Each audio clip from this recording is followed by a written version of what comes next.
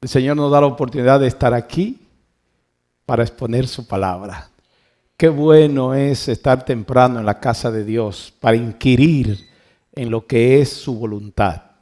Hoy, por la gracia de Dios, iniciamos, llegó el día, un gran desafío, 40 días estudiando las profecías bíblicas a la luz de la palabra de Dios. Estamos aquí para ponernos en manos del Espíritu y junto a la palabra de Dios discernir lo que el Señor tiene y tendrá para nosotros durante estos 40 días. Aquí tenemos ya unos 30 hermanos de una forma presencial y tenemos la última vez unos 52 dispositivos que están allí bien temprano para escuchar la palabra de Dios. Que el Señor nos bendiga a todos y que mantenga una oración en su mente para que el Espíritu de Dios no solamente use al predicador, sino que el Espíritu de Dios pueda alcanzarnos con su santa palabra. Al abrir su palabra, entonces nos ponemos en las manos del Señor. Ahora quiero abrir tu palabra, oh Dios. Tu palabra nos alimenta, tu palabra nos da esperanza, tu palabra nos fortalece espiritualmente en medio de un mundo que está en tiniebla. Tu palabra es nuestra luz y nuestra esperanza. Permite, Señor, que podamos extraer en esta mañana un mensaje de esperanza para todos nosotros, que podamos salir fortalecidos en lo que es tu voluntad. En el nombre de Jesús, amén. El tema de inicio lo he titulado La Apocalíptica Bíblica. La Apocalíptica Bíblica. ¿Por qué voy a empezar con este tema? Porque esto va a plantear la base por la cual nosotros vamos a estar presentando todas las mañanas. Y es bueno que nosotros podamos entender la apocalíptica. Nótese usted que no estoy hablando de Apocalipsis, estoy hablando de la apocalíptica bíblica como un recurso literario dentro del mundo teológico que presenta las interpretaciones bíblicas desde el punto de vista de los símbolos, de las imágenes, de las visiones, con una visión espiritual. La apocalíptica bíblica nosotros la podemos encontrar en toda la Biblia. Pero hay pasajes de las Escrituras, hay libros de las Escrituras que son más extensos en lo que tiene que ver con la apocalíptica bíblica. Unos de ellos podríamos decir, o sea, nuestros clásicos en la apocalíptica, yo sé que ustedes los conocen, saben, está exactamente el libro de Daniel y el libro de Apocalipsis. Estos son nuestros clásicos. Pero la literatura bíblica está llena de apocalíptica, que es la forma, es el sistema literario en el cual nosotros podemos conocer los eventos futuros. Se dedica a estudiar las promesas de Dios y presenta entonces dentro del aspecto escatológico en qué está fundamentada nuestra esperanza. Por tal razón, usted rastreando va a encontrar apocalíptica en toda la Biblia. Si usted hace un ejercicio muy sencillo, se dará cuenta que la apocalíptica empieza exactamente en Génesis 3:15. ¿Qué pasó allí en Génesis 3:15? El Señor, cuando viene a ver a nuestros primeros padres en pecado, les hace saber que Él tenía un plan para ellos. Le hace saber que si ciertamente el hombre había caído, se desvió de Dios, el cielo ya tenía un plan para el rescate del hombre, que había esperanza, que todo no estaba perdido. Cuando de una forma especial no se dirige al hombre. A mí me encanta este texto y nunca canso me canso de estudiarlo y siempre vamos a encontrar un mensaje en el texto. Muchos le llaman el protoevangelio. Es el evangelio anunciado desde el mismo Génesis. Y el Señor, ante la caída del hombre, Jacqueline, no se dirige al hombre, no sentencia al hombre, sino que sentencia a la serpiente. Y le hace saber a la serpiente que ese conflicto que se originó en el cielo y que ahora la serpiente lo trajo aquí a la tierra, Dios seguirá al control, no solamente de sus seres caídos, sus seres apreciados y amados que ahora estaban en camino a la destrucción, sino que se saldría y estaría al control de la misma serpiente, a tal punto llegaría un momento que la serpiente iba a desaparecer porque la simiente de la mujer le aplastaría la cabeza. Quiere decir que desde allí de Génesis 3:15 se le envió esperanza al ser humano. Allí empieza la apocalíptica. ¿Qué es la apocalíptica en base a la escatología bíblica? Son términos que quiero de una forma sencilla que nosotros podamos comprender. Apocalíptica trata las imágenes, trata las visiones, trata esas revelaciones de las Escrituras. Ahora, la escatología bíblica trata los eventos finales, en otras palabras, los últimos eventos. Dicho de una forma sencilla, Rafael, trata los acontecimientos para el fin del tiempo.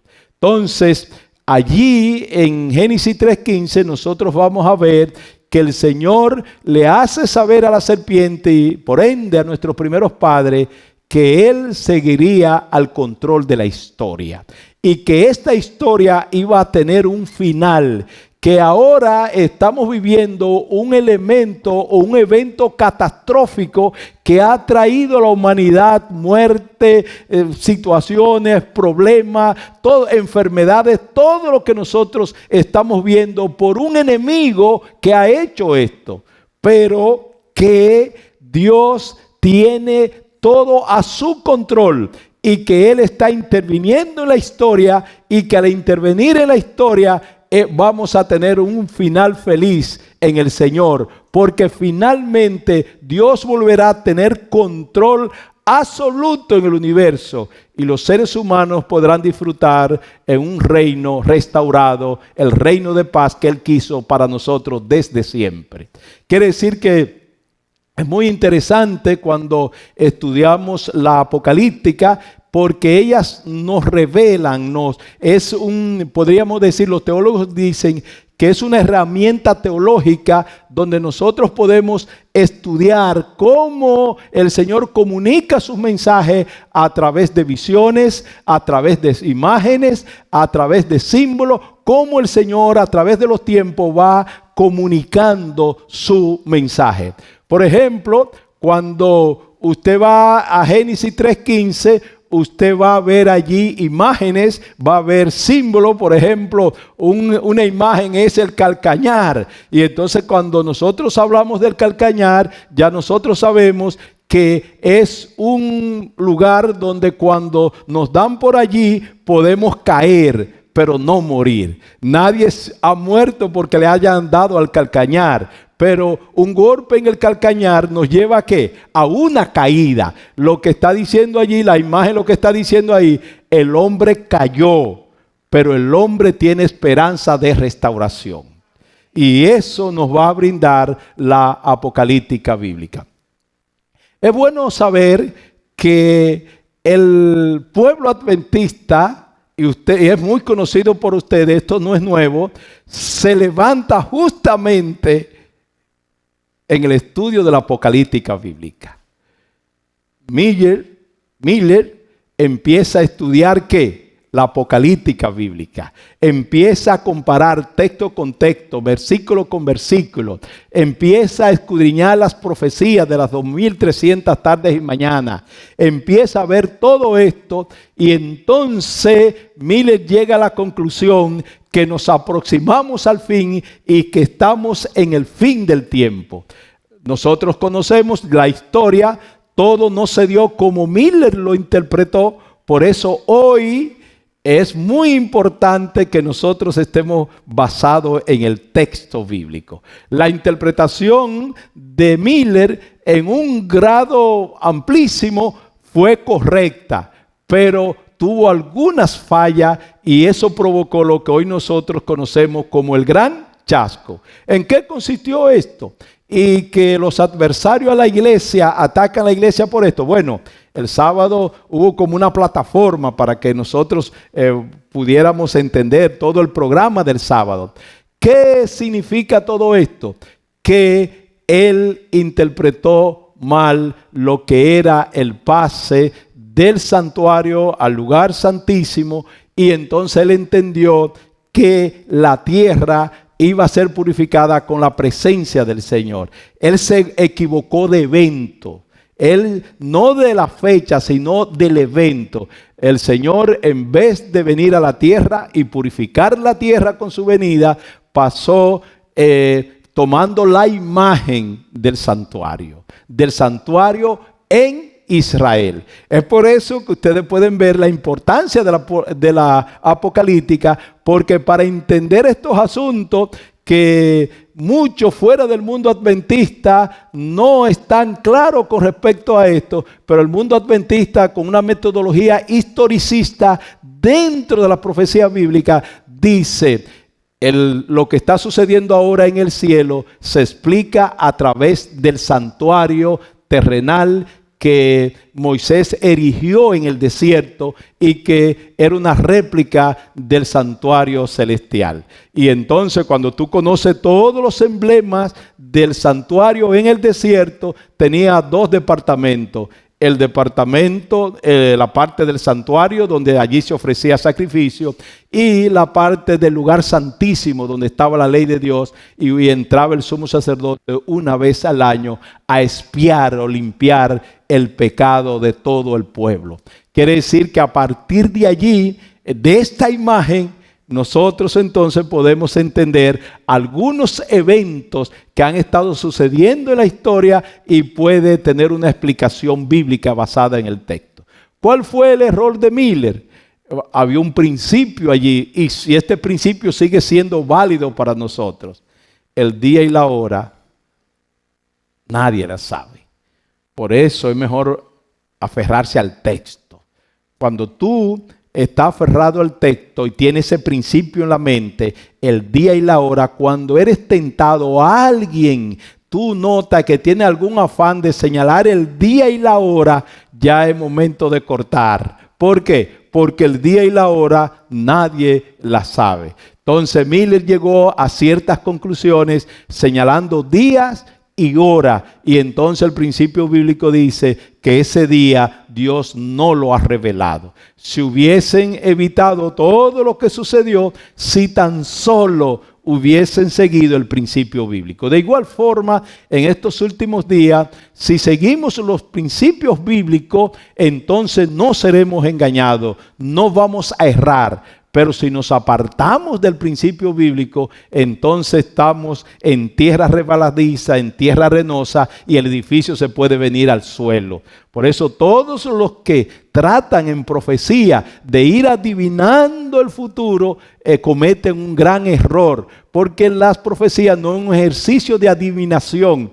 Las profecías bíblicas fueron dadas, allí lo presenta el Evangelio según San Juan, para que cuando las cosas sucedan, nosotros creamos. Para que cuando las cosas sucedan, nosotros creamos. ¿Qué vamos a creer, Vicente? ¿Qué vamos a creer? ¿Qué es lo que vamos a creer, Rafael? Vamos a creer que un Dios todopoderoso está guiando el destino de la humanidad en este mundo. Y que Él tiene el control del futuro. Él no pretende tener el control, Él lo tiene, porque puede predecir lo que va a suceder. ¿Quién puede predecirlo? Él.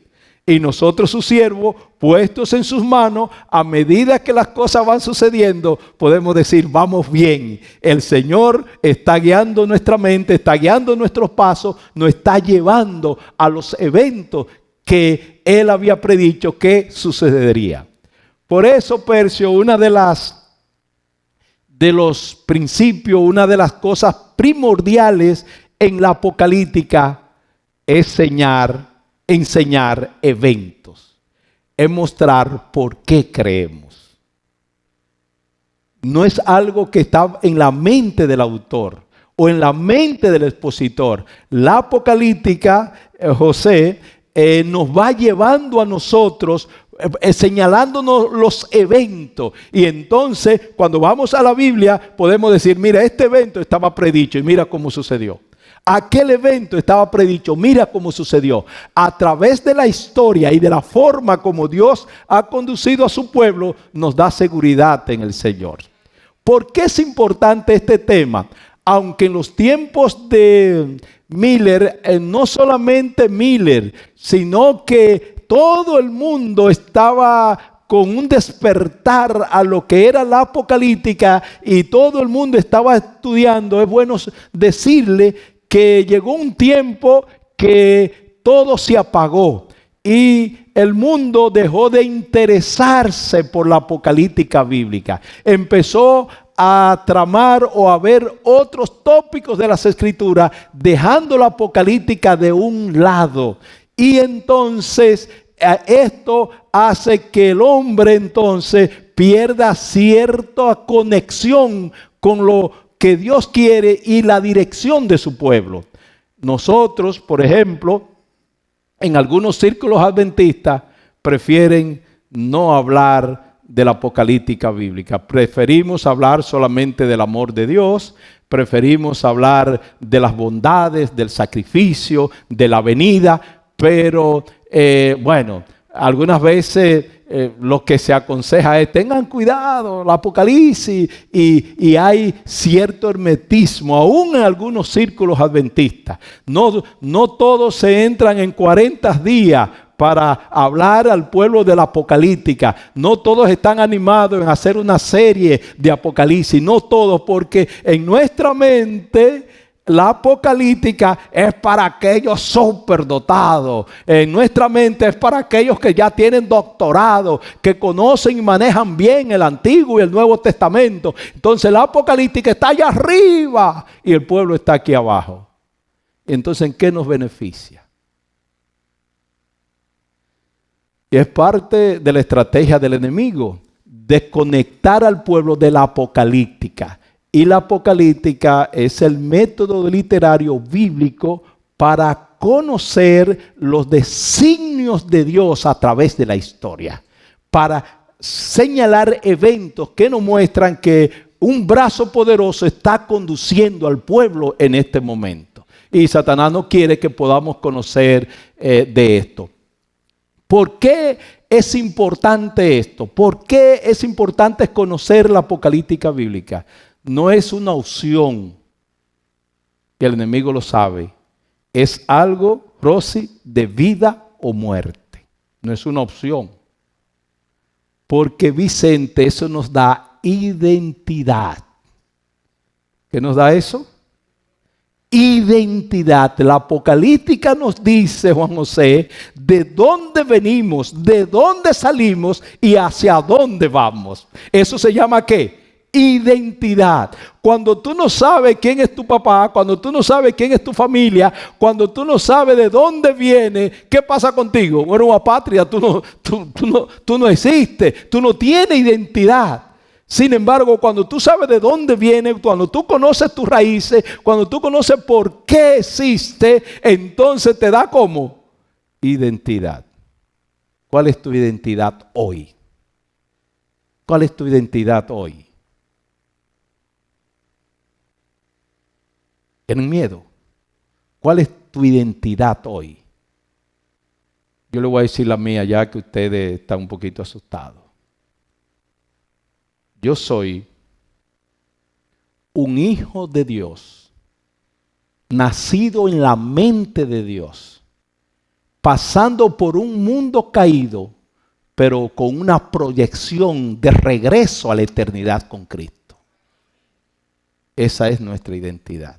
¿Dónde la encontramos? En la apocalíptica bíblica. Esther, ¿por qué esto es muy importante? ¿Por qué esto tiene que ayudar a nuestros jóvenes? ¿Por qué eso hace la diferencia? La comprensión de estos temas. ¿Por qué eso hace la diferencia? Porque hoy tenemos lo que conocemos como el humanismo rampante, que no es más que la teoría diabólica que el enemigo presentó en el jardín del Edén. En esa teoría diabólica, en esa teoría que él presentó en el jardín del Edén, el enemigo le dijo a nuestros primeros padres en Génesis 3, 4 en adelante, que ellos no necesitaban seguir conectados a Dios, que ellos podían vivir de espalda a Dios, que ellos podían llegar a ser igual a Dios. Por tal razón, ellos no necesitaban vivir dependiendo y obedeciendo a Dios. Eso fue lo que le dijo en el jardín del Edén. Ustedes pueden llegar a ser libres. Y el texto bíblico dice que esa idea le encantó a nuestros primeros padres. ¿Llegar a ser qué? ¿Qué es lo que reclama nuestra juventud hoy? ¿Qué es lo que el mundo reclama? Liberación, libertad. Eso es lo que reclamamos. Los niños adolescentes, ya a los 12, mami, déjame vivir, déjame libre. Sigue con tu Dios, tú, sigue con tu iglesia. Déjame a mí, yo quiero seguir adelante. ¿Qué es lo que están reclamando? Libertad. ¿Por qué están reclamando libertad? Le falta identidad. Le falta saber quién es. Cuando tú no sabes quién es, entonces va a tener ciertas actuaciones distorsionadas. Número uno, tú y yo somos dependientes de Dios. Y vamos a existir por la eternidad sujeto a Dios y a su voluntad. Si no eres sujeto a Dios y a su voluntad, vas a ser sujeto al enemigo de Dios. Y el enemigo de Dios quiere tu muerte y tu destrucción. No crea en esa aparente libertad, no crea, porque no existe. Lo que existe es esclavitud en la libertad que el enemigo brinda. Y en la aparente esclavitud que Dios nos presenta, entonces hay libertad. Se han invertido los asuntos. El enemigo le dio una teoría. Ustedes podrán llegar a ser Dios sabiendo el bien y el mal. Y ya nosotros conocemos la historia. El hombre entonces, allí lo que empezó fue un proceso de esclavitud a tal punto que por más libertad que reconocemos, no existe tal libertad. Y yo te pregunto, ¿eres libre? Cuéntame si eres libre. Yo le decía en el grupo de anoche, en el grupo pequeño, yo le decía, ¿cuántos de ustedes son libres? Todo el mundo estaba tranquilo. Y yo le termino de decir, le puedo probar que ninguno de nosotros somos libres. Somos esclavos. Algunas veces de las deudas, algunas veces de la enfermedad, algunas veces de nuestra familia, de un marido, de la sociedad. Tú no puedes salir por ahí a hacer lo que tú quieras, porque hay restricciones. Esa libertad no existe. Esa libertad que el enemigo nos brindó no existe porque no es posible. Cuando tú entiendes tu verdadera identidad, tú pones los pies en la tierra. El ser humano por sí mismo no es nadie. La grandeza del ser humano consiste en obedecer y andar en los caminos de Dios.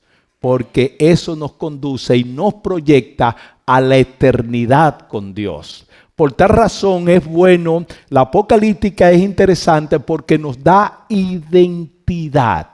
Es bueno que ustedes sepan que en el mundo secular no le interesa la apocalíptica, a pesar que a partir del 1960 un artículo escrito por un teólogo alemán, Ernst Kaiser, él dijo algo que revolucionó al mundo religioso. Él escribió un pequeño artículo que dice que la apocalíptica es la matriz del cristianismo. Y el mundo reaccionó. La apocalíptica, la matriz del cristianismo. Y eso fue nuevo en el 1960. Y eso despertó que el mundo empezara a interesarse en la apocalíptica bíblica. ¿Cómo es posible? Pero ellos empezaron a verlo desde el punto social o sociológico, no desde el punto espiritual, sino desde el punto sociológico.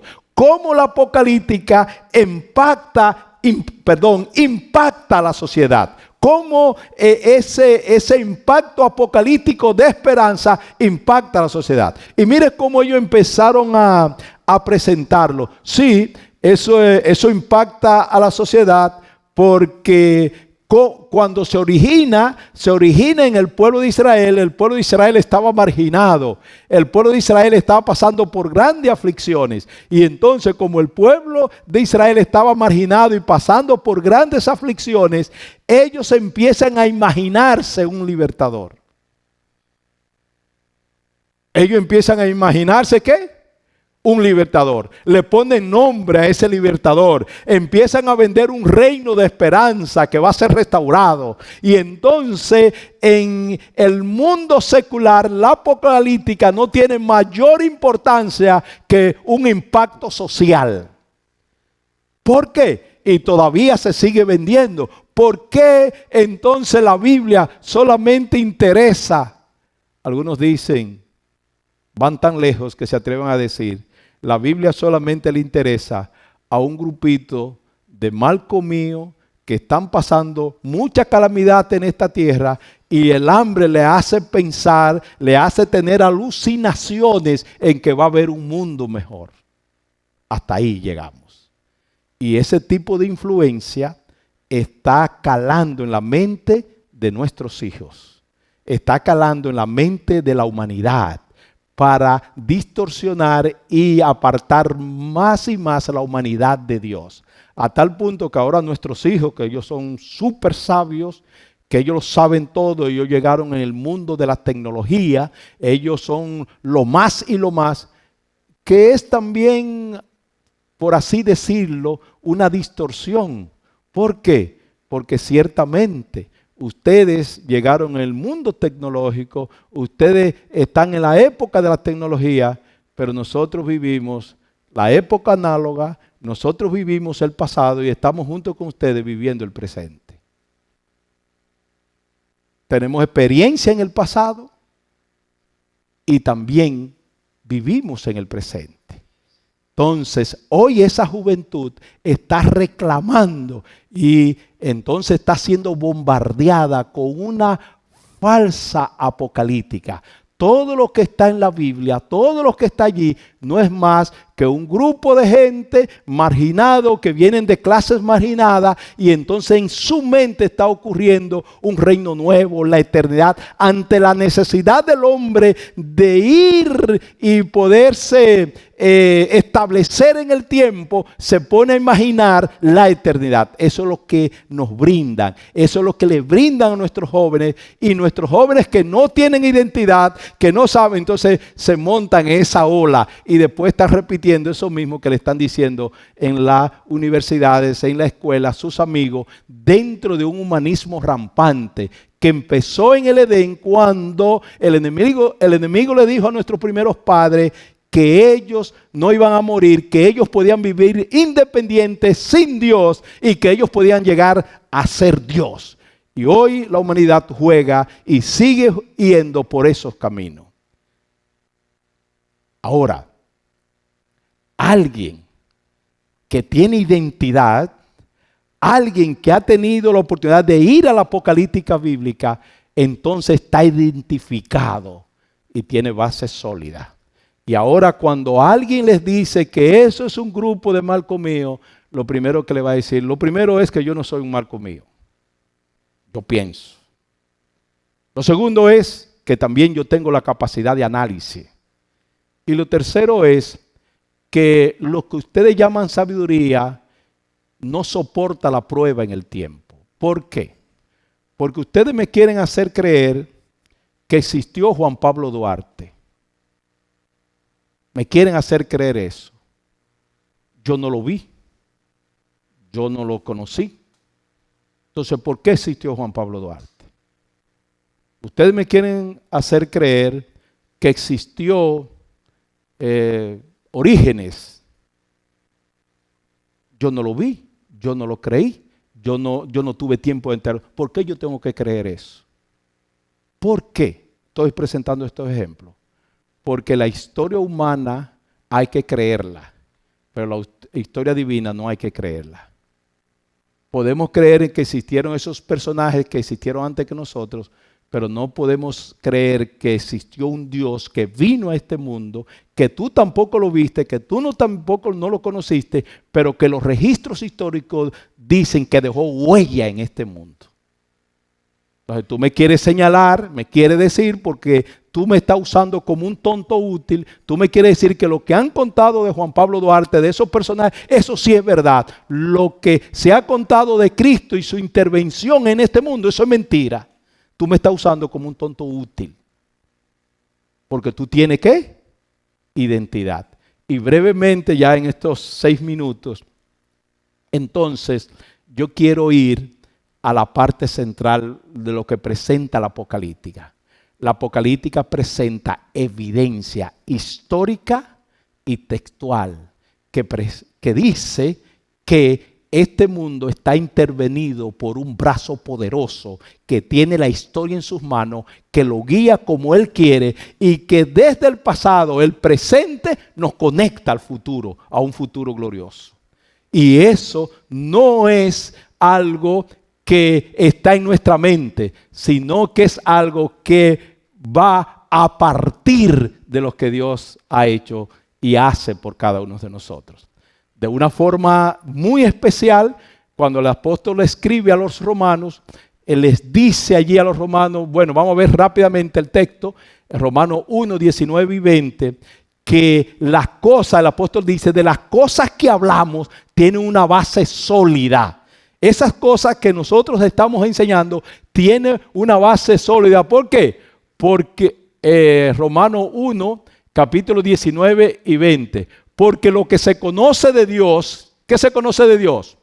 Es manifiesto. Lo que se conoce de Dios ha sido manifestado por las cosas invisibles de Él, su eterno poder y su deidad, se hacen claramente visibles. O sea, nosotros no servimos a un Dios que pretende ser Dios. Nosotros servimos a un Dios que está marcado en la historia. Y la historia demuestra que Él dejó huella y que hay huella de Dios en esta tierra. Eso es identidad. Porque la cosa invisible de Dios, yo la puedo conocer por lo que ha hecho, es lo que está diciendo el apóstol Pablo. Por lo que ha hecho. Y ustedes pueden decir lo que ustedes quieran, pero nosotros vimos la gloria de Dios, vimos a Cristo andando en este mundo, Él hizo los milagros y hay un grupo de testigos que no se lo contaron, sino que ellos estuvieron ahí. Eso es lo que el apóstol dice. Y entonces eso empieza a darnos como identidad. Y entonces sabiamente los intérpretes historicistas dicen fácilmente, eso es el tema de toda la Biblia. Cristo no apareció en esta tierra por accidente. Cristo no apareció allí, sino que Cristo apareció como había sido previsto, Gálatas 4:4.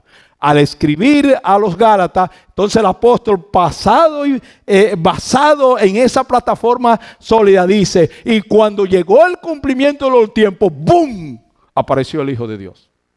Cuando llegó el cumplimiento de los tiempos, la historia dio a luz a Cristo.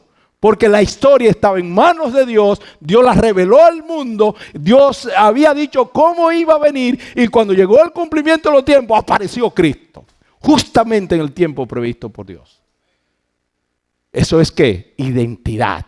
Eso es apocalíptica. Seguido lo que presenta la Biblia. Y entonces pareciera ser que al escribir el libro de Deuteronomio, Moisés previó ciertas cosas y ciertos cuestionamientos. Por ejemplo, en Deuteronomio, el capítulo 29, verso 29, Moisés da un consejo. Y mire cuál es el consejo de Moisés que aparece en el libro de Deuteronomio, el capítulo 29, el versículo 29. Dice que las cosas secretas pertenecen ¿a quién? Nuestro Dios, más las reveladas son ¿para quién? Para nosotros. Y esas cosas reveladas están en las Sagradas Escrituras. Nosotros no seguimos a un Dios que pretende ser Dios. Nosotros seguimos a un Dios que es Dios. Y eso nos va dando ¿cómo? Identidad. Quiere decir que la apocalíptica bíblica estudia las imágenes, los símbolos, estudia los mensajes de tal manera que hace una plataforma fuerte en lo que Dios ha dicho. Si ustedes van rápidamente por ejemplo, a Lucas, en el capítulo 4, el versículo 21, después de darse el libro del profeta Isaías, se levantó a leer en la sinagoga. Eso está a partir del 16 hasta el 21. Pero me interesa el 21. Se levantó a leer a la sinagoga y leía allí lo que el profeta Isaías decía de él, Juan José. Él estaba leyendo la apocalíptica. ¿Qué decía la profecía bíblica? ¿Qué decía la apocalíptica de él? Y entonces, cuando allí después de haber leído todo lo que es el capítulo 16 en adelante, el versículo 16 del capítulo 4, allí como iba a venir el siervo de Dios, Jesús dijo y comenzó a decirle, hoy se ha cumplido, ¿qué? Lo que está sucediendo aquí es que se ha cumplido la apocalíptica bíblica. Lo que está sucediendo aquí es que se ha cumplido lo que el Dios Todopoderoso que tiene en su mano el futuro ha dicho. Hoy se ha cumplido. Ese era el mensaje de Cristo. ¿Eso era qué? Apocalíptica. Mostrando que Dios no pretende tener el futuro en sus manos. Él lo tiene en sus manos. Voy a terminar con una reflexión que me encanta. Es la que aparece en Lucas 24. Lucas 24 aparece una historia interesante y es la historia de los señores que iban camino a Emaús. Y en esa historia de los que iban camino a Emaús, vamos a poner el texto, el versículo 25 de Lucas 24. En esa historia se le aparece el desconocido que nosotros conocemos. Ellos se van lamentando. ¿Se van qué? Lamentando. ¿De qué se lamentan ellos? Que ellos creían. ¿Ellos qué? Creían que era el Hijo de Dios. Y entonces el forastero le pregunta, ¿qué era lo que ustedes creían? Entonces él empieza a hablar de Jesús y todo esto. Jesús entonces, que está entre ellos, les dice, entonces les dijo, insensatos, torpes, tardos de corazón para creer todo lo que los profetas, ¿qué hicieron? Han dicho. ¿No estaba revelado todo lo que iba a suceder? Jesús agarra la apocalíptica bíblica y empieza y le abre las escrituras. Cuando ustedes van al versículo 26 y 27, dice que tomó las escrituras, rastreó la apocalíptica bíblica, lo que la Biblia decía de él, se la abrió y les dijo allí, no era necesario que el Cristo padeciera estas cosas y que entrara en su gloria. Y comenzando desde Moisés y siguiendo todos los profetas, le declaraba en todas las escrituras lo que decía de él. Cristo es el cumplimiento. Jesús aplicó la apocalíptica bíblica a su ministerio y a su vida. Por eso esta introducción, porque a medida que vayamos avanzando, veremos a ver entonces cómo los planes de Dios se cumplen hoy entre nosotros. Lo que nosotros tenemos es que despertar para no pasar por tontos e insensatos, que teniendo la palabra de Dios en las manos, no la compartimos, no la enseñamos al pueblo. Nuestros hijos necesitan conocer apocalíptica bíblica.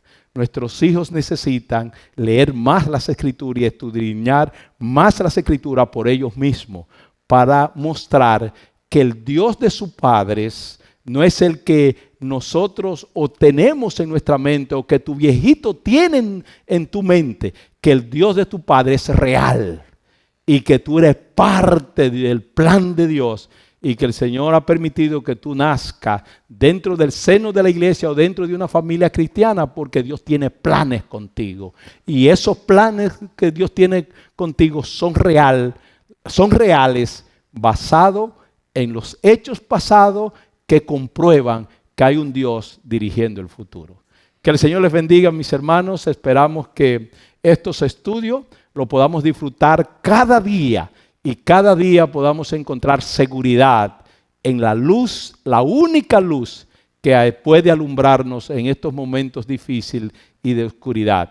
Pero Dios ha dicho en su palabra, según Amós 3:7, que nunca dejará Dios a su pueblo sin revelarle las cosas que están sucediendo y van a suceder a su pueblo, y por eso vamos a estar reunidos durante todas estas mañanas para que el Señor siga revelando y descubriendo cosas a través del Espíritu Santo y usando su siervo como instrumento.